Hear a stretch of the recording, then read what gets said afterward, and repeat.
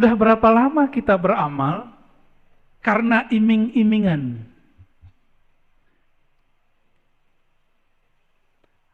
Kalau anak sudah gede, dia sholat itu bukan lagi karena diancam atau tapi karena dia sadar. Semoga nur baginda Rasulullah mengalir pada kita, mulai hijrah dari motivasi pahala kepada motivasi yang memberi pahala. Dari hanya sekedar berharap surga, takut neraka, kepada yang punya surga, yang punya neraka. Untuk teman-teman yang menonton kajian ini, jangan lupa bersalawat kepada Nabi kita Rasulullah Muhammad sallallahu alaihi wasallam. Allahumma salli ala Muhammad wa ala ali Muhammad. Apa kata Imam Athaillah Iskandari? Bismillahirrahmanirrahim. Wanzur ila qawlihi sallallahu alaihi wasallam. Perhatikanlah sabda Nabi Muhammad sallallahu alaihi wasallam. Biasa kita sering dengar tapi tidak wanzur, tidak menelaahnya. Faman kanat hijratu, siapa yang berhijrah ilallahi wa rasulih, kepada Allah. Allah itu di satu tempat atau bukan? Enggak. Karena Allah bukan benda, maka Allah tidak memerlukan tempat. Maka jika disebut berhijrah kepada Allah, itu bukan berpindah secara fisik. Maka ini disebut al-hijrah minal maddiyah, berhijrah dari sisi materi kepada sisi rohani. Berhijrah dari pahala kepada yang punya pahala. Bapak Ibu, saudara-saudariku, sampai kapan beribadahnya karena pahala? Mau sampai kapan kepada Allah berniaga, bertransaksi? Walaupun di Quran ada hal adullukum ala tijaratin. Betul ada di Quran. Tapi itu awal-awal turun. Awal-awal turun. Hadis ini mengajarkan apa? Siapa yang hijrahnya untuk Allah dan Rasul, berarti siapa yang berpindah, yang gerak hidupnya untuk Allah yang maha zahir dan maha batin, berarti dia mulai beribadah itu bukan lagi karena transaksi pahala. Seandainya tidak ada ustadz yang mengatakan sholat duha melancarkan rezeki, masih sholat duha kah? Bagaimana? Hah? Saya kurang yakin. Seandainya umroh, antara umroh dengan umroh itu ampunan dari Allah. Seandainya tidak ada hadis itu, mungkin orang-orang tidak mau umroh.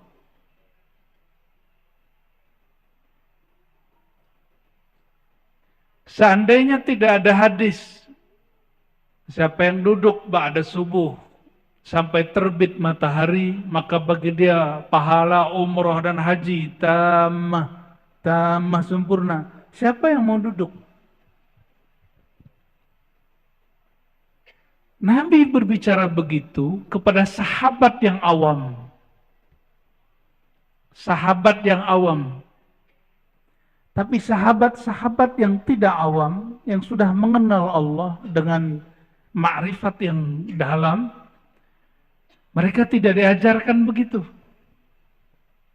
Jadi Nabi itu mengajari sahabat bertahap. Ada yang diberi motivasi. Akhirnya mereka beramal karena motivasi.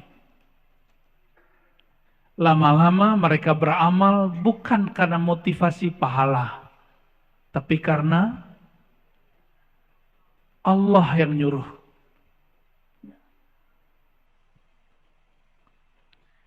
Ciri-ciri anak kecil berbuat amal diancam dulu atau diiming-imingi dulu. Ama diancam, benar nggak? Diancam dan di dua-duanya. Sudah berapa lama kita seperti itu?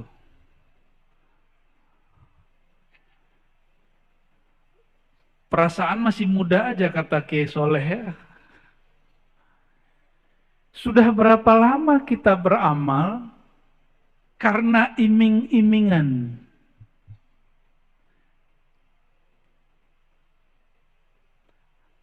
Kalau anak sudah gede, dia sholat itu bukan lagi karena diancam atau tapi karena dia sadar. Maka anaknya sebut, kamu sudah dewasa nak. Ini yang di depan saya sudah dewasa belum rohaninya? Seandainya tidak ada ayat ala bidzikrillah tatmainnul qulub, ketahuilah hanya dengan menyebut nama Allah kalbu menjadi tenang. Seandainya tidak ada ayat ini, mungkin orang jarang berzikir kepada Allah.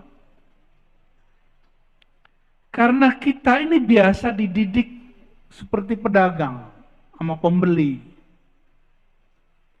Jarang yang dididik menjadi orang yang tulus mencintai.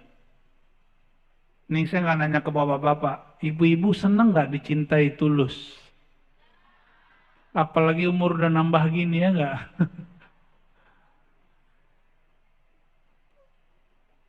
Dicintai bukan karena cantik, bukan karena kaya atau dan lain sebagainya. Kan begitu maunya, benar nggak? Itu Bapak Ibu, ini ibu-ibu saya kabarin, itu sebenarnya sifat Allah yang Allah sedikit percikkan kepada ibu-ibu. Allah itu ingin beri pelajaran. Wahai hamba-hambaku, ini yang disebut sifatul jamal, sifat keindahan atau sifat feminim. Allah itu tidak feminim, tapi disebut jamal. Apa arti jamal? Cantik, indah. Kalau saya sebut indah, cantik, itu sebutan untuk cowok atau cewek? Ada nggak cowok cantik? Begini tangannya nggak jatuh.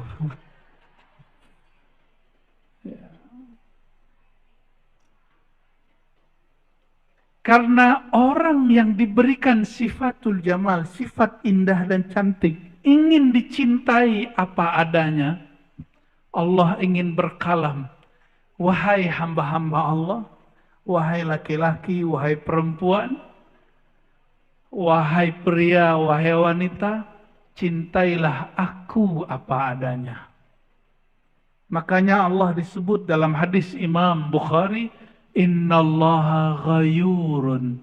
Allah itu maha pencemburu. Pencemburu itu laki atau perempuan biasanya? Perempuan. Makanya ujian perempuan itu selalu cemburu. Ya. Benar Pak ya? Kalau kita cemburu beres Pak. Ya. Kalau ibu-ibu cemburu panjang ceritanya.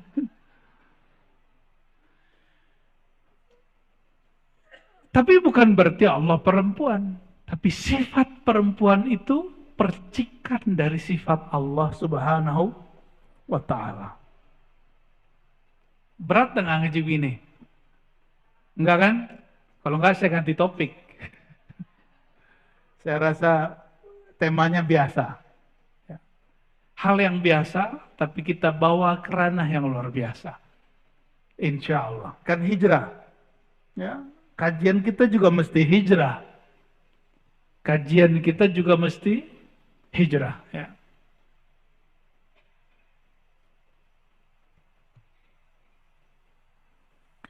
Kata Imam Nu'tailah, wa ta'ammal hadzal amr in kunta dha fahmin wassalam. Wahai muridku, perhatikanlah hadis ini jika memang kamu punya akal sehat, punya pemahaman yang tajam. Lalu oleh Imam Al-Khatib Al-Waziri, beliau menukil kalam Imam Abu Yazid. Ya. Abu Yazid ini didatangi oleh seorang laki-laki. Lalu laki-laki ini mengatakan, ya Sayyidi Ausini, wahai Tuan Syekh, wahai Pak Kiai, kira-kira begitu sekarang. Wahai Pak Kiai Soleh gitu ya. Kalau di sini kiainya siapa? Abu Yazid. Abu Yazid ini wafat tahun 261 Hijriah. Ini ilmu Kiai Mustafa Yakub menghafalkan wafatnya ulama ya. 261 Hijriah. Sekarang kita 1440. Bener. Jangan salah lagi loh. Berarti sebelum maghrib tadi berapa? 1440. Nah, dalam Islam waktu itu dimulai dari maghrib. Makanya ada doa sebelum berpisah dengan tahun lalu, ada doa setelah masuk ke tahun baru. Meskipun oleh sahib kita yang di luar sana, bukan di luar masjid, di luar pikiran kita, tradisi itu disebut bid'ah, tapi ulama kita bilang tidak. Kenapa? Ini mengikuti Umar. Sayyidina Umar, dialah yang mempelopori tahun baru Hijriah. Kalau Umar sudah buat, maka kita isi dengan doa. Man sanna sunnatan hasanatan falahu ajruha wa ajru man amila biha. Ya. Kalau orang buat sesuatu yang baik, siapa yang ikutinya dapat keberkahan kebaikan. Ya. Imam Abu Yazid ditanya, wahai Tuan Syekh, wahai Pak Kiai Abu Yazid, tolong beri aku nasihat. Sering datang ke Kiai, terus ngomong, Pak Kiai nasihati saya. Benar nggak? Itu tradisi ulama salafus saleh. Lalu Imam Abu Yazid berkalam, in a'taka minal arsy ilal farsh faqul lahu la innama anta urid. Kata Imam Abu Yazid, wahai sahabatku, jika engkau diberikan Allah kejayaan aras, aras itu di puncak surga. Surga itu yang tertinggi apa? Firdaus. Tapi langit-langitnya surga Firdaus, langitnya itu aras. Berarti puncaknya surga Firdaus, aras Allah. Yang boleh naik aras itu cuma orang-orang spesial. Di surga Firdaus hanya boleh bertemu Allah 2 kali dalam sehari. Sedangkan di aras boleh setiap saat. Maka banyak nanti di antara kita antri ingin masuk surga Firdaus. Dari surga Firdaus nggak puas ingin masuk ke naik ke aras Allah. Tapi nggak mudah. Nggak mudah. Ketemu kiai aja sulit, apalagi ketemu Nabi Muhammad sallallahu alaihi wasallam. Benar nggak ketemu kiai sulit? Benar. Coba aja mau ketemu Abah Lutfi, nggak mudah loh. Ketemu Kiai Fulan, Habib Fulan, nggak mudah. Itu baru ketemu pewaris Rasulullah, zuriat Rasulullah sallallahu alaihi wasallam. Jangan dikira mati langsung ketemu Allah, enak bener. Mati langsung ketemu Rasulullah, enak kali. Nah begitu. Orang yang meninggal ketemu Rasulullah, hidup dia bersama Rasulullah sallallahu alaihi wasallam. Apa kata Imam Abu Yazid? Seandainya engkau diberikan sorga, puncaknya sorga aras, atau kenikmatan dunia al-faras. Al-faras itu nikmat kasur maksudnya, nikmat menikah. Faqul lahu la, Jawablah, katakan kepada Allah, ya Allah, bukan ini yang aku mau. Innama anta urid. Yang aku kehendaki hanyalah engkau, pemilik sorga. Ini namanya hijrah. Ini hijrah versi Imam Abu Yazid, Imam Salafus Saleh. Hari ini banyak yang berbicara salaf. Ini versi salaf yang ruhaninya. Banyak orang menyebut kata salaf hari ini untuk menyakiti umat Islam. Benar nggak? Menyebut salaf untuk menyalahkan umat Islam.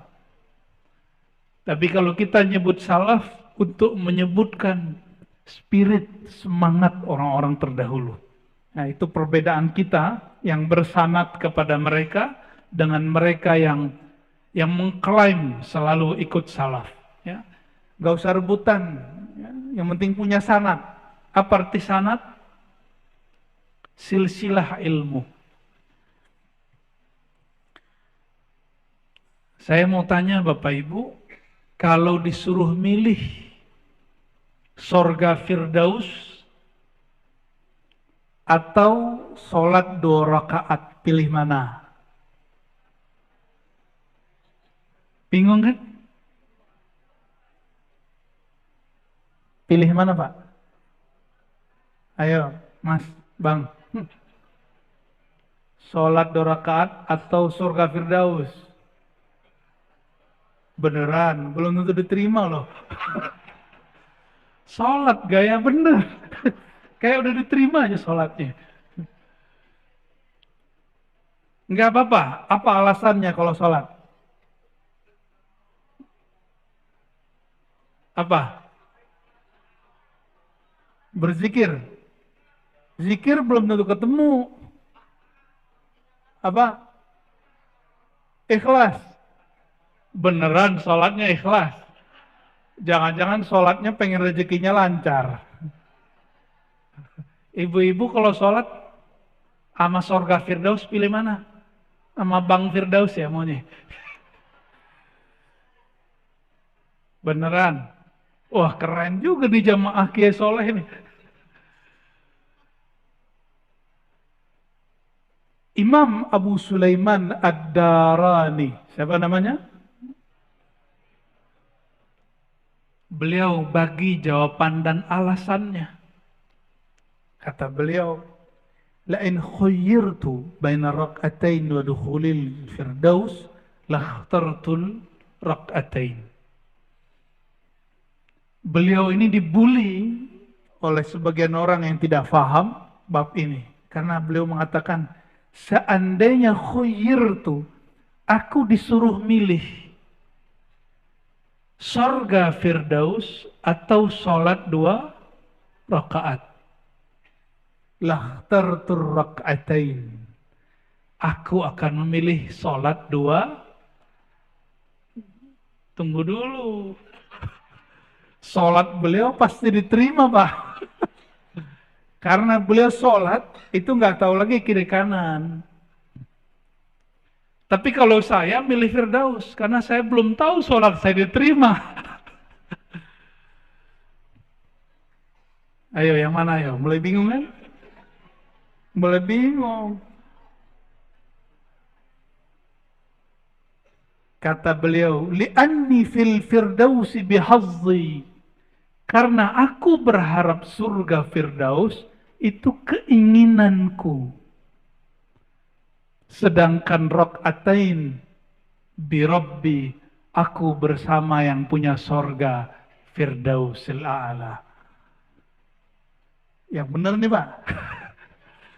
Udah begitu belum sholatnya? Nah, mirip-mirip. Ini saya kasih ilustrasi. Kalau kita ngobrol, duduk bersama orang yang kita senengin, apalagi lawan jenis, masa-masa dulu, masa muda. 5 menit, bukan, 5 jam rasanya berapa? Bener. Mau balik dulu, ntar aja gitu ya. Bener gak? Bener ya? Tahu-tahu sudah matahari udah terbenam, udah maghrib. Dek, udah maghrib. Belum isya gitu. Tuh, pengalaman tuh. Itu baru ama makhluk yang kita senangi. Laki-laki senang dengan perempuan yang jamilah, yang indah. Wajahnya, budi pekertinya. Perempuan senang dengan laki-laki yang nyaman diajak ngobrol. Apalagi nyaman dompetnya. Allahumma sholli ala sayyidina Muhammad. Bener ya? Sama orang yang kita senangi, lama itu terasa sebentar. Betul? Ya. Kalau sama Allah kira-kira gimana? Kenapa orang bayangkan dengan Allah itu menakutkan? Karena selama ini kita dididik menakutkan. Allah itu tukang ancam. Allah itu suka ngancam, awas lo kamu masuk neraka lo. Ahli bid'ah lo. Ya. Makanya kajian-kajian begitu tuh rame. Kenapa? Karena dari kecil sudah dididik mengancam. Kamu gak sholat, neraka loh. Kamu begini, neraka loh. Gitu aja terus. Akhirnya ketika ingin hijrah, udah dewasa ingin hijrah, dengar orang baca hadis. Apa hadisnya? Kullu bid'atin dalalah. Wa kullu dolalatin finnar. Senengnya bukan main. Setiap bid'ah itu sesat. Setiap sesat itu masuk neraka. Awas ente. Jadi orang-orang yang suka kajian-kajian ancam, mengancam, itu memang dididiknya begitu dari kecil. Jadi bukan salah kelompok itu sebenarnya. Tapi memang kita dari kecil dididik bab ancam, mengancam. Jadi otak itu udah otomatis. Otak ini kan kalau sering diasah, dia akan mengikuti pola-pola itu. Alhamdulillah saya sering dididik guru-guru dan orang tua saya dengan apresiasi. Jarang diancam. Bahkan kalau nilai kami rendah. Percaya nggak Bapak Ibu, nilai akidah akhlak saya dulu 4. Karena tiap hari tengkar mulu. Nonjok orang lah, nendang orang lah, bonyok itu orangnya. Karena hobinya dulu silat sama karate. Tapi bapak saya pulang bilang 4. Ya, masih kelas 2, semester 1, nggak apa-apa, antar juga bagus ya. Nggak pernah ngancem. Kapan bapak saya ngancem? Sekali aja. Saya kelahi Pak. Mata kita merah. Pulang, mata merah. Lidi dia ambil sama itu, rotan. Lari lagi. Tongkar lagi, ngalahin orangnya. Jadi cara didiknya beda. Semoga Allah merahmati kedua orang tua saya. Ayahanda masih hidup, ibu sudah berpulang. Sudah berhijrah ke alam barzakh. Bapak Ibu yang bukan Allah, kalimat ini jangan ditelan mentah-mentah ya. Betul, dalam alam rohani, kalau kita sudah mengenal Allah, sudah merasakan namanya bab ihsan. Ihsan itu memandangnya dan dipandangnya. Ini biar indah. Mandang orang yang kita suka, seneng nggak? Dipandang oleh orang yang kita cintai, seneng nggak? Itu yang disebut ihsan. Beruntunglah yang namanya ihsan. Ya. Ya. Pengen namanya hikam ya. Bener, senang dipandang oleh orang yang kita suka. Senang. Dipandang oleh guru, dipandang oleh orang yang kita anggap mulia, kita senang. Tapi bedanya kalau dipandang guru, ada guru yang kalau mandang kita keringetan. Itu karena gurunya suka ngancem. Ada guru yang jika pandang kita, kita senang berbunga-bunga. Begitu nggak? Rasulullah itu digabung dalam diri beliau dua hal itu. Ada bab Jamal, ada bab Jalal. Sehingga ada sahabat baru datang kepada Rasulullah Sallallahu Alaihi Wasallam. Dia merasa dirinya paling sempurna diperhatikan baginda. Apa kata dia? Dengan pedenya bertanya, wahai Rasulullah, apakah aku orang yang paling engkau cintai? Rasulullah ini jujur. Kalau ditanya begitu, jawabnya juga jujur. Maaf, orang yang paling kucintai Abu Bakar. Langsung wajahnya. Di situ dia tahu Rasulullah itu suka memberi perhatian semua sahabatnya. Wala yaqta' haditha ashabih. Nabi itu kalau sahabatnya ngomong nggak dipotong. Nggak sanggup jadi nabi, Pak. Saya nggak sanggup jadi nabi. Saya kalau orang banyak nanya, saya potong aja. Pertanyaannya apa mas? Gitu, langsung gitu. Kalau Rasulullah enggak. Apalagi kita dikasih limit sama pengurus. Sekian menit, Buya, katanya. Ya harus kita potong-potong tuh kalau orang nanya. Kalau kita belum sampai martabatul khawas, tingkatan setinggi beliau, atau murid Imam Ad-Darani, pilihlah surga Firdaus. Tapi kalau sudah tahu ilmu ihsan, sudah merasakan nikmatnya sholat, udah pernah nikmat sholat belum? Nikmat sholat bukan karena bacaan imam bagus. Mohon maaf nih para imam, bukan. Nikmat sholat itu munculnya dari dalam. Makanan enak di depan, hati lagi nggak enak, makannya enak nggak? Paham? Sorga di dunia itu namanya sholat. Hidangan terindah di alam semesta itu namanya sholat. Apabila seseorang hatinya tidak nyaman, maka dia tidak akan mampu menikmati sholat. Oleh karenanya Bapak Ibu, sebelum sholat handphone matikan. Ya, sebelum sholat. Duduk berdiri, kalau perlu sholat dulu 2 rakaat. Itu namanya conditioning. Jadi Rasulullah SAW mengajarkan conditioning. Selevel Nabi, conditioning mau zuhur 4 rakaat. Umatnya Nabi berapa rakaat? Beneran. 4 paling cuma 1-2 orang ya. Mulai ngamalin mulai besok.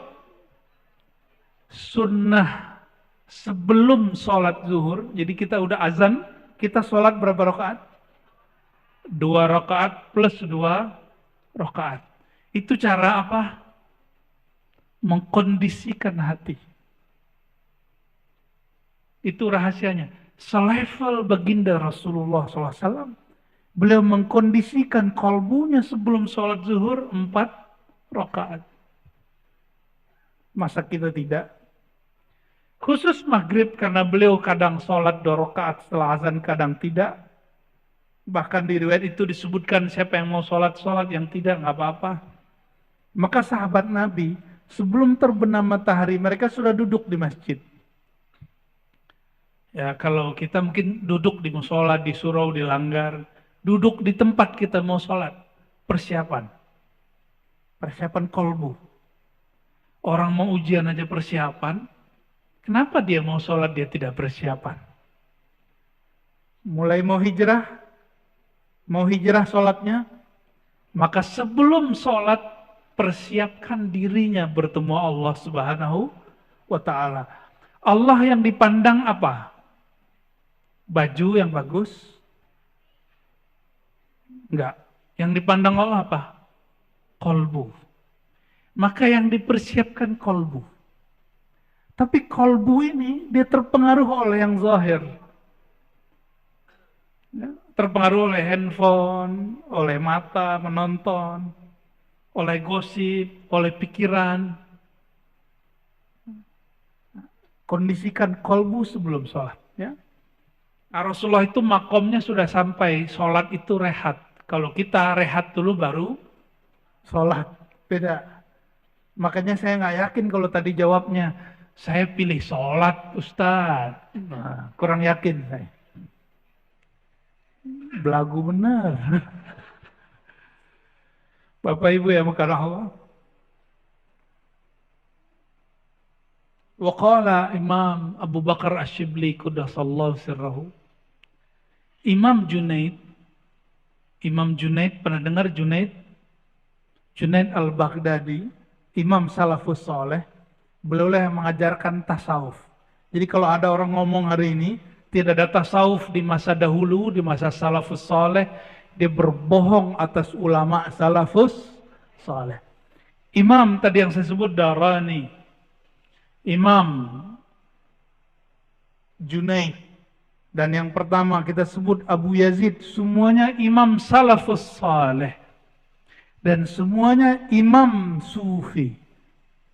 Jadi sufi bukan dari Buddha, bukan dari Hindu, apalagi dari Yahudi. Ya. Masa ada ustadz bilang ini dari Shaolin? Ya, kalau nggak belajar sejarah, nggak ngaji hadis namanya hadis musalsal, ente ngaji, jangan cocok logi. Ya, dalam kajian ilmu hadis ada namanya al-musalsal bisubhah.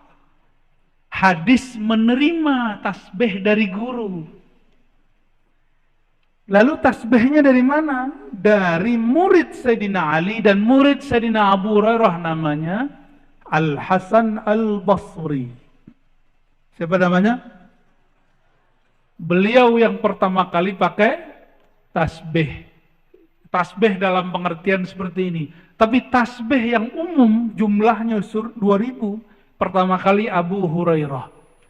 Sedangkan tasbih yang tidak diikat yang pertama kali istri Rasulullah itu Juwairiyah dan Safiyah. Apa kata mereka yang tidak sepakat pakai tasbih? Kamu pilih Rasul atau sahabat? Itu namanya GOBLOK. Jangan dibaca. Sahabat itu ikut Rasulullah. Jangan kemudian kasih pilihan ikut Rasul, ikut sahabat. Ikut sahabat itu ikut Rasulullah Sallallahu Alaihi Wasallam. Betapa mereka menghina sahabat-sahabat Rasulullah Sallallahu Alaihi Wasallam dengan mengatakan ente ikut Nabi, ente ikut sahabat. Itu kalimat yang tidak pantas dikalamkan oleh seorang yang mengaku ahlus sunnah wal jamaah. Ya. Kita nggak boleh menghina sahabat sama sekali. Itu penghinaan luar biasa. Itu lebih parah dari Syiah. Syiah Rafidhah menghina sahabat, tapi nggak sempat ngomong begitu. Nggak ada mereka ngomong ente pilih sahabat atau pilih Rasulullah SAW. Ini Jumatan di sini azannya berapa kali Kiai? Oh keren ya. Ikut sahabat Sayyidina Utsman, hadis Sahih Bukhari Muslim. Bukan berarti ente ikut Utsman atau ikut Rasulullah. Jangan begitu nanyanya. Su'ul adab umat Sayyidina Utsman. Ya. Jadi panas. Kayaknya masjid ini masih panas bagian itu. Imam Shibli, imam yang hidup separuh hidupnya lebih di zaman Salafus Saleh, tapi wafatnya setelah itu. Imam Shibli wafatnya 334 Hijriah, semasa dengan Imam Abul Hasan Al-Ash'ari dan Abu Mansur Al-Maturidi. Itu imam apa tuh? Imam Ash'ari itu yang ngajarin sifat 20. Allah wujud, idam baqa mukhalafatuhu lil hawadithi. Masih belajar gitu nggak di Sunda Kelapa? Lah harus ada yang ngaji gitu. Lanjutannya Asmaul Husna. Lanjutan belajar sifat Allah, belajar apa? Al-Asmaul Husna. Itulah inti daripada al-iman dan al-ihsan. Kalau kita rutin nanti kita ngaji itu aja ya. Insya Allah. Udah senang duluan. Imam Shibli mengatakan, ihdhar makrahu walau fi qawlihi kulu washrabu. Hati-hatilah engkau, wahai tuan, wahai laki-laki ataupun perempuan, dalam segala hal, meskipun dalam hal makan dan minum, kulu washrabu. Apa maksud beliau berkalam begitu? Hati-hati walaupun dalam makan. Kalau orang awam, nah mau sampai kapan kita jadi orang awam?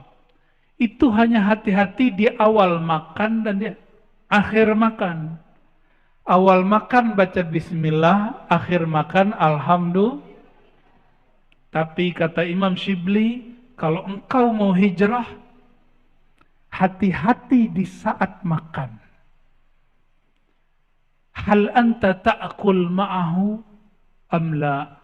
Apakah engkau makan dan merasakan kebersamaan dengan Allah atau tidak? Apakah saat engkau makan, engkau berpikir, nasikah yang mengenyangkan? Kalau orang berpikir nasi yang mengenyangkan, disitulah tumbuh sifat tamak. Jadi kapan orang tamak? Kalau dia meyakini nasi yang mengenyangkan. Kapan orang mulai korupsi? Jika dia mengira duitlah yang membahagiakan. Sama itu. Jadi kalau megang duit hati-hati. Megang duit, apalagi megang orang yang megang duit.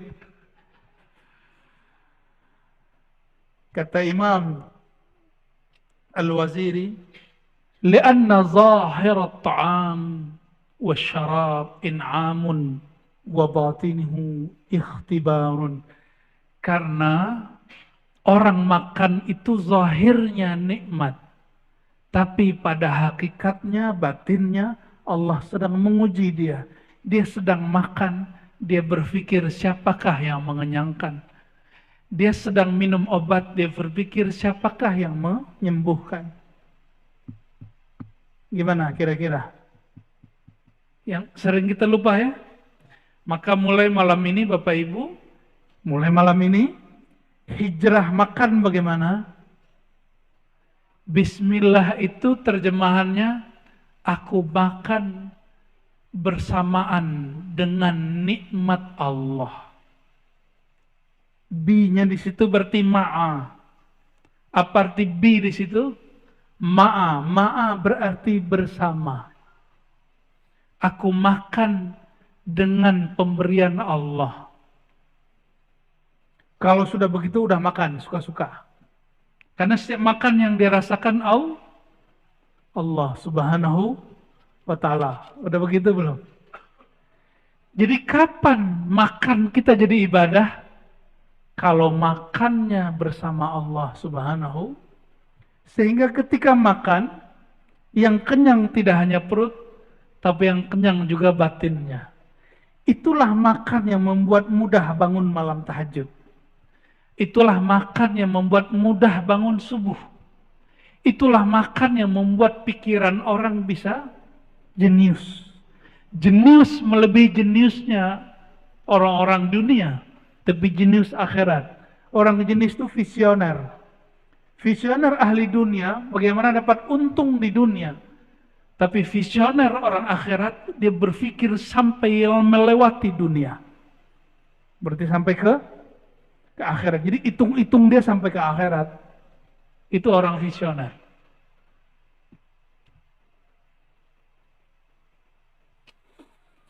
Nah, perhatikan di situ.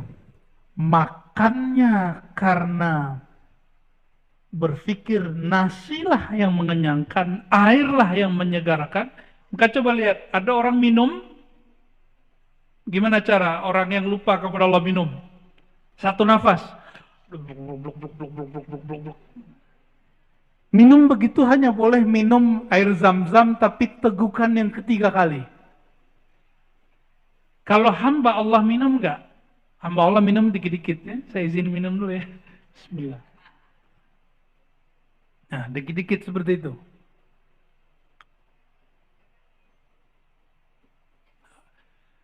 Jadi minum jangan itu minumnya bi bi na bina bini. Itu hewan yang minum begitu. Maka disebut di Quran ulaika kal an'am. Dia berpikir air yang menyegarkan. Masih ingat kisah Tolut? Tolut itu diuji oleh Allah dan pasukannya. Itu pasukannya banyak. Pasukannya awalnya puluhan ribu. Tapi turun perintah wahyu. Wahai Tolut, kalian boleh minum dari air sungai. Itu mereka kehausan, berhari-hari nggak ketemu air. Tapi hanya ini apa namanya? Apa sih namanya bahasa Indonesianya? Sauk. Ya gitu aja deh ya. Segini, setelapak. Ambil air, gitu. Ini ilmu wudhu. Pernah belajar wudhu nggak? Tapi bab ini jarang orang mengajarkan. Kalau kita berwudhu, nah, bagian air sedikit saja, bagian wajah kita minum. Ya. Ada yang ngajarin begitu nggak? Bid'ah nggak nih? Ya. Di kitab-kitab lama masih ketemu Pak begitu. Ya, itu manfaatnya ada. Nanti kalau kita ketemu lagi kita jelaskan rahasianya. Ya. Ternyata caranya diambil dari mana? Dari Tolut minum air. Berarti kalau begitu airnya sedikit kan? Karena belum dituang ke mulut dia sudah tumpah duluan. Disitulah Allah mengajari Tolut dan pasukannya. Dia dan pasukannya 313. Tadinya berapa orang? Puluhan ribu orang ikut. Begitu dalam satu riwayat lain ribuan orang. Tapi karena perintah kalian tidak boleh minum kecuali hanya seteguk dari bekas tangan. Apa kata yang lain? Ah ini gak masuk akal. Masa kita mau perang gak boleh minum? Jadi dia berperang pakai akal. Akal yang sempit ini. Otak kita kan kecil sekali. Akhirnya banyaklah minum, diambil satu gayung, blok, ngantuk. Yang lain muncul rasa takut. Jadi orang itu kapan dia muncul rasa takut miskin, takut mati kalau perut sudah kenyang. Perut sudah kenyang, tabungan sudah banyak, mulai muncul rasa takut mati, takut miskin, takut dicuri. Benar nggak? Kalau nggak nabung apa yang mau dicuri? Ya, itu mulai muncul tuh. Sama, pasukan Tolut mundur. Yang maju cuma 313 orang. Sama dengan Ahlul Badar, 313 orang bersama Rasulullah SAW. Ya, dia nggak boleh tamak. Nggak boleh tamak sama sekali. Nah, coba hijrah minum, tadi hijrah makan. Mulai malam ini, detik ini, kalau minum bukan lagi dengan meyakini air yang menyegarkan. Toh, tentara Tolut mengalahkan musuhnya Jalut. Mereka jumlahnya cuma 313 dan minumnya sedikit. Karena yang menyegarkan, yang menghidupkan bukan air minum, tapi Allah Subhanahu wa Ta'ala. Benar nggak nih? Ya. Nanti ada masa Bapak Ibu, gak tahu nih sebagian ibu-ibu mungkin sudah dipanggil Allah nanti. Nggak nakut-nakutin. Sebagian kita sudah dipanggil Allah nanti Bapak-Bapak. Ada masa orang karena air satu gelas bunuh-bunuhan. Sekarang belum Pak. Ini sudah mulai. Coba, adakah orang Jakarta minum air sumurnya? Nggak ada, karena sumur kita sudah ternodai, sudah tercemar. Semua kita minum pakai air, bukan aqua ini. Tuh, alam bawah sadarnya sudah begitu. Semua orang nanti minum begitu. Ada masa itu air nggak ada masuk ke Jakarta. Berebut Pak minum ini, bunuh-bunuhan minum ini. Di semua negeri, dimanapun. Itu fitnah akhir zaman. Saya nggak nakut-nakutin. Rasulullah yang mengabarkan. Sallallahu alaihi. Kalau nggak sanggup meninggal aja sebelumnya ya. Bayanginnya sulit kan? Tuh banyak yang mau minta mati sebelumnya tuh. Tapi kalau sudah ngaji bab hijrah minum, dia faham. Yang menyegarkan, yang menghidupkan bukanlah air. Tapi Allah subhanahu. Ya teorinya gitu Pak, teorinya. Coba aja ntar ya.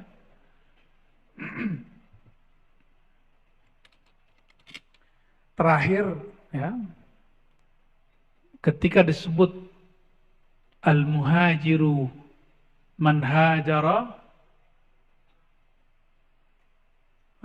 man al-mujahidu man hajara. Ada yang hafal nggak?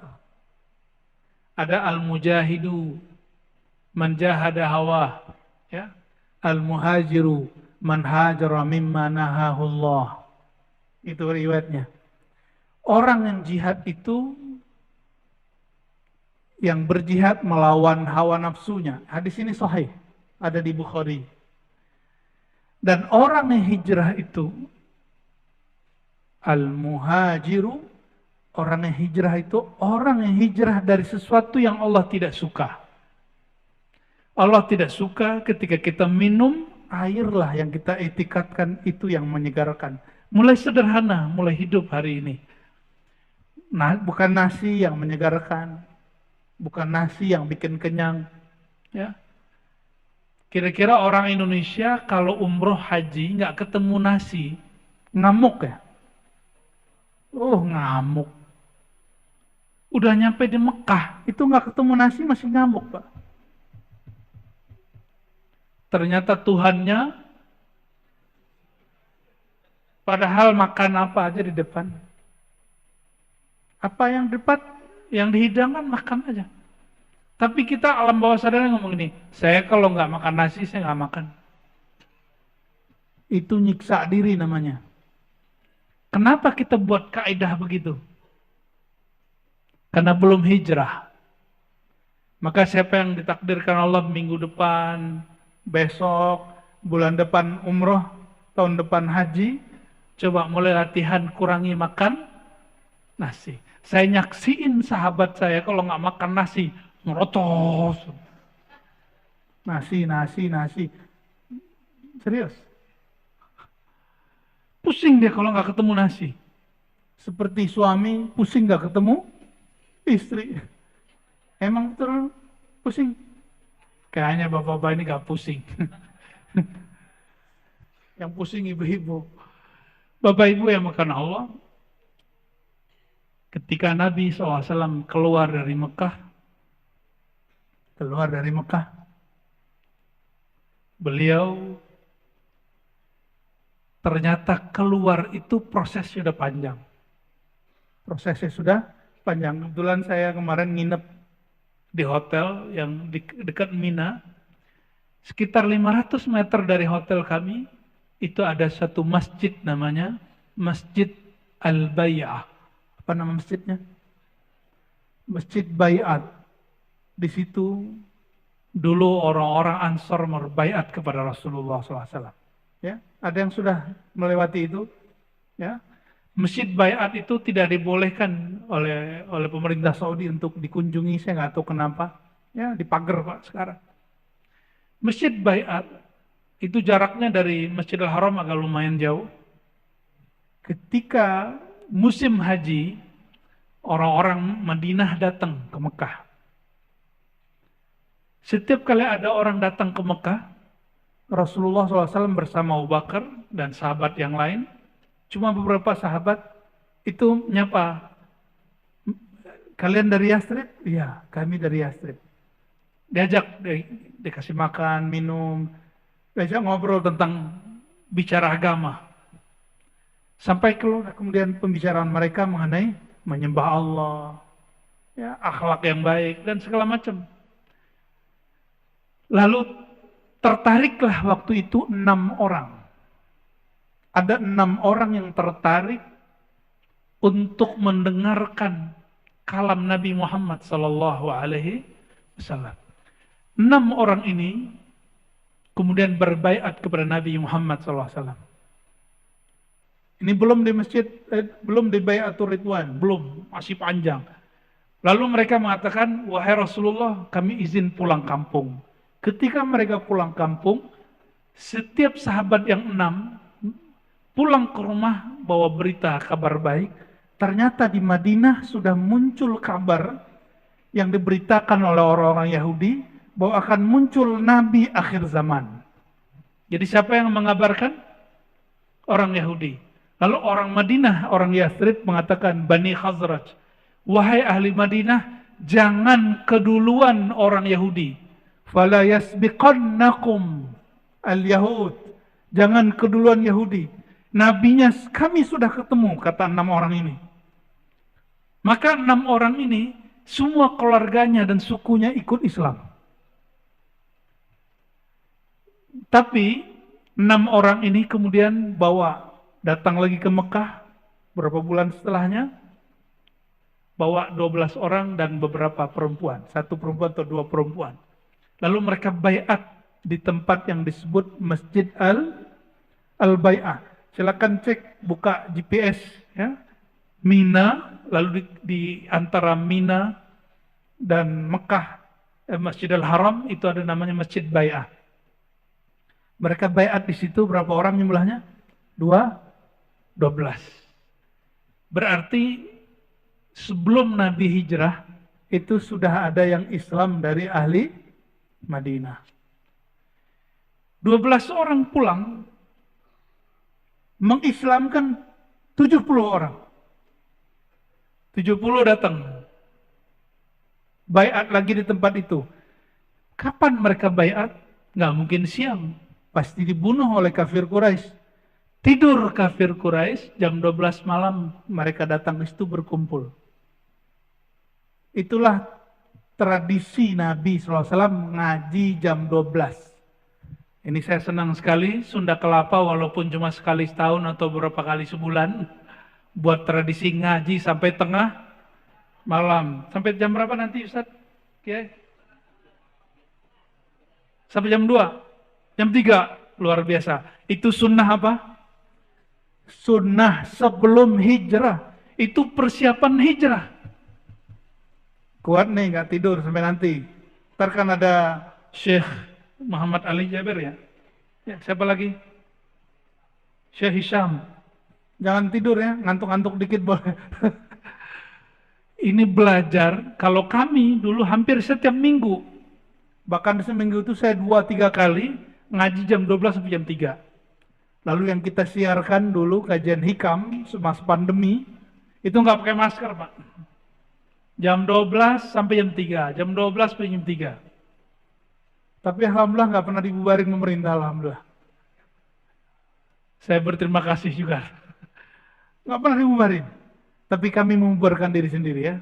Karena pandemi selesai kita bubarkan. Ya. Pandemi bubar, kita bubar. Ya. Kembali ke masjid-masjid. Lalu 70 orang pulang. Mereka pulang, semua orang di Madinah masuk Islam. Jadi Nabi sebelum hijrah itu persiapannya nggak sembarangan. Dan ingat, Nabi hijrah tanpa perang. Justru beliau yang diperangi. Maka siapa yang hari ini gerakan hijrah, lalu ngebom, lalu menyakiti orang-orang yang sudah bersyahadat, mereka telah mengkhianati perjuangan hijrah Nabi Muhammad sallallahu alaihi wasallam. Maka saya menghimbau siapapun yang terpengaruh oleh pemahaman ngebom, ya, bom masjid, bom pengajian maulid, bom orang-orang begini. Tolong kembali ke jalan Rasulullah Sallallahu Alaihi Wasallam. Ya. Rasulullah nggak begitu. Rasulullah bisa ngalah-ngalah. Ya. Maka kemudian ketika Nabi keluar, Nabi keluar itu dengan siapa? Sayyidina Abu Bakar As-Siddiq. Nah, bagian ini yang pas sebagai penutup, ya. Sayyidina Abu Bakar As-Siddiq ketika keluar dari rumahnya, itu jalan, itu dikejar-kejar. Bayangin kita dikejar-kejar orang, itu orang bawa panas. Begitu. Akhirnya Rasulullah SAW dan Sayyidina Abu Bakar Siddiq berhentinya di mana? Di bukit Sur, lalu naik ke atas. Kata Sayyidina Abu Bakar, ya Rasulullah, seandainya mereka melihat ke bawah, pasti kita terlihat. Apa jawaban baginda Rasulullah SAW? Wahai Abu Bakar, apa pendapatmu, pandanganmu, jika kita berdua, yang ketiganya Allah, kira-kira gimana? Langsung Abu Bakar yang tadinya gelisah, tenang. Lalu Abu Bakar dilihat Nabi nangis. Jadi setiap kali ada ngejar, Abu Bakar nangis. Ketika nangis, Nabi tanya, wah Nabi kaya Abu Bakar. Wahai Abu Bakar, kenapa engkau nangis? Engkau nangis karena berjuang susah. Coba lihat, ini spirit Abu Bakar, mesti kita ambil. Kata beliau, ma baqaitu ala nafsi ya Rasulullah. Wahai baginda, aku tidak menangisi susahnya diriku, tapi aku menangisi orang semulia engkau. Kenapa harus bersusah-susah begini? Kenapa harus diusir seperti ini? Kalau aku diusir, aku dibunuh, tidak masalah. Tapi jika engkau yang diusir, ini masalah bagiku. Lihat Abu Bakar As-Siddiq. Maka ketika beliau keluar, turun dari Jabal Sur, itu ada orang yang ngejar terus. Setiap kali mau dapat, Rasulullah angkat tangan, doa. Jadi Abu Bakar udah nangis. Rasulullah kata, ya Allah, selamatkan kami. Setiap kali mau dapat, orang itu terpental. Dan terakhir dia jatuh. Ketika jatuh, Rasulullah berhenti. Ternyata orang ini kemudian mengatakan, wahai baginda, ambillah semua hartaku, aku akan jaga engkau. Dia mulai percaya, Nabi angkat tangan baru dia jatuh. Oh berarti ini betul Rasulullah nih. Ambil semua barangku, lalu pergilah engkau, saya akan kecoh kafir Quraisy. Padahal tadi dia orang yang ingin ikut sayembara, bunuh Muhammad, maka dia jadi orang kaya. Jadi tidak semua orang jahat itu berhati jahat. Nah ini kaidah juga. Ya, tidak semua pemaksiat itu hatinya kotor. Tidak semua orang yang diklaim hari ini pemaksiat pendosa, itu orang-orang yang hatinya berdosa. Mungkin hatinya sedang mencari. Apa kata dia, wahai Rasulullah, engkau berangkat ambil barangku, aku siap pasang badan. Apa jawaban Nabi? Ternyata Nabi SAW tidak mata duitan. Kata beliau, barangmu, asetmu, aku tidak perlu. Jaga dirimu sendiri. Nabi berangkat. Nabi cuma ingin memastikan orang ini bagaimana. Maka Nabi jalan. Sampai Nabi di suatu perkemahan, kemahnya lusuh. Ada peternakan di situ. Yang punya perkemahan perempuan. Namanya Ummu Ma'bad. Siapa namanya? Ini yang cerita suaminya, Abu Ma'bad. Hadis ini sahih riwayat Imam Tirmizi dan imam-imam yang lain. Kata Ummu Ma'bad, kata Abu Ma'bad, suatu kali saya terheran melihat istriku punya susu banyak sekali, punya susu kambing. Padahal kami lagi paceklik. Lalu aku bertanya, wahai istriku Ummu Ma'bad, apa yang terjadi padamu? Kata Ummu Ma'bad, barusan ada orang aneh, tapi wajahnya cerah. Saya mengatakan kambingku tidak ada yang bunting. Tapi dia mengatakan, itu ada kambing satu yang lusuh, tolong bawa sini. Lalu aku ngambil. Aku ambil itu kambing, domba, Lalu Rasulullah urut-urut, disayang-sayang. Ya, ada nggak yang punya kucing-kucingnya diurut-urut? Beneran? Ya, punya kambing nggak berani ya? Diurut-urut, lalu bagian susunya itu itu bukan lagi bunting loh, Pak. Nggak ada susunya. Apa kata Nabi? Wahai domba, wahai kambing, semoga Allah memberkahimu.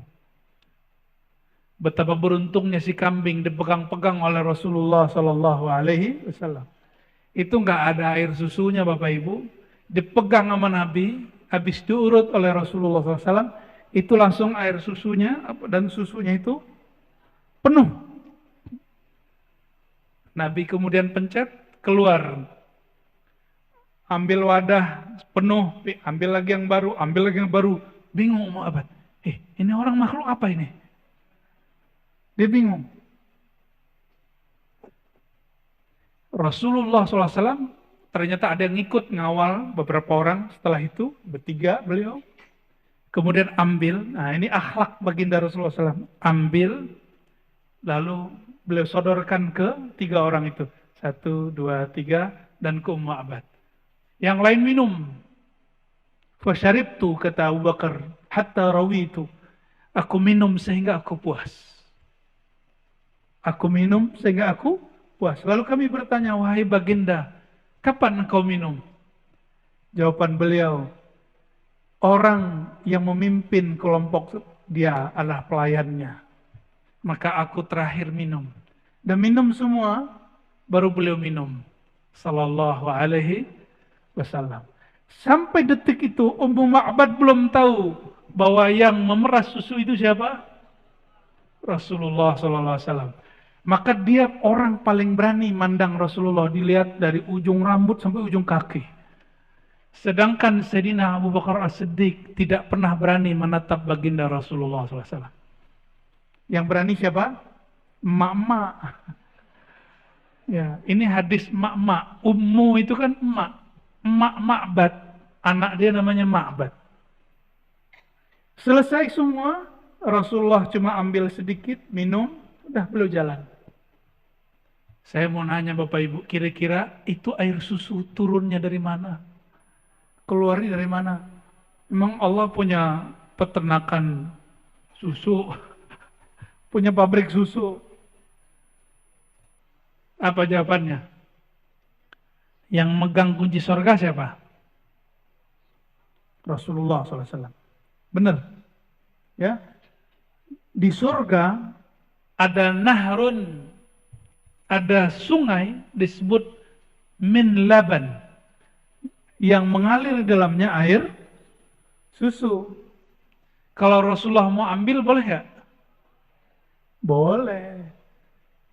Maka itu keluarnya apa? Itu sebenarnya bukan air susu biasa, itu air susu surgawi. Itulah air susu paling mulia yang pernah keluar. Air susu surga yang Allah keluarkan. Sebagaimana air Zam-Zam dan air-air yang mulia yang keluar di tangan beliau. Nggak ada selang di tangan Nabi, tapi keluar air. Kira-kira seperti itu. Bapak Ibu yang bukan Allah, Nabi SAW pergi, datang Abu Ma'bad. Tanya, ini susu dari mana? Wajahmu cerah dari mana? Kenapa? Jawaban Abu Ma'bad, barusan ada orang, wajahnya sumringah, wajahnya teduh. Matanya Masya Allah seperti habaib-habaib yang kita lihat hari ini. Yang habaib yang sahih ya. Bukan habaib yang tidak sahih. Insya Allah kita hormat kepada semua habaib. Jangan ikut terpedaya dengan isu-isu hari ini. Mereka yang kemudian membenci sebagian zuriat Nabi Muhammad Sallallahu Alaihi Wasallam. Ini awal fitnah akhir zaman. Karena Al-Mahdi keturunan Fatimah. Maka cara supaya fitnah akhir zaman ini bekerja, orang mulai membangkitkan ajaran, jangan percaya habaib. Ya. Yang habaib nggak usah GR dulu, pantaskan aja dirinya. Ya. Kami memantaskan diri kami menjadi pejuang akhir zaman, insya Allah. Ya. Persis seperti wajah, kalau kata Habib Omar, jika kamu mau lihat wajah Rasulullah, lihatlah wajah muridku, Al-Habib Ali Al-Jufri. Senyumnya, sumringahnya. Wajah siapa? Al-Habib Ali Al-Jufri. Silakan lihat wajah beliau. Kira-kira rada-rada mirip begitu, ya. Sallallahu alaihi wasallam. Lalu Ummu Ma'bad menceritakan tentang Nabi dari awal sampai akhir. Oleh karena itu, kalau belajar sirah Nabawiyah, yang berani menceritakan tentang wajah Nabi hanyalah Ummu Ma'bad, Sayyidina Ali, Husain, dan keluarga Ahlul Bait. Selebihnya Abu Bakar tidak berani, Umar tidak berani, Utsman apalagi. Kenapa? Sahabat-sahabat ini tidak berani menatap baginda Rasulullah Sallallahu Alaihi Wasallam. Bapak Ibu yang dimuliakan Allah, semoga nur baginda Rasulullah mengalir pada kita, mulai hijrah dari motivasi pahala kepada motivasi yang memberi pahala. Dari hanya sekedar berharap surga, takut neraka, kepada yang punya surga, yang punya neraka. Dari makan minum meyakini makan minum itulah yang menyegarkan, kemudian meyakini bahwa Allah lah yang menyegarkan. Semoga hijrah ini berlanjut dan tambah sempurna sebelum kita wafat. Semoga Allah terima hijrah kita semua. Amin ya rabbal alamin.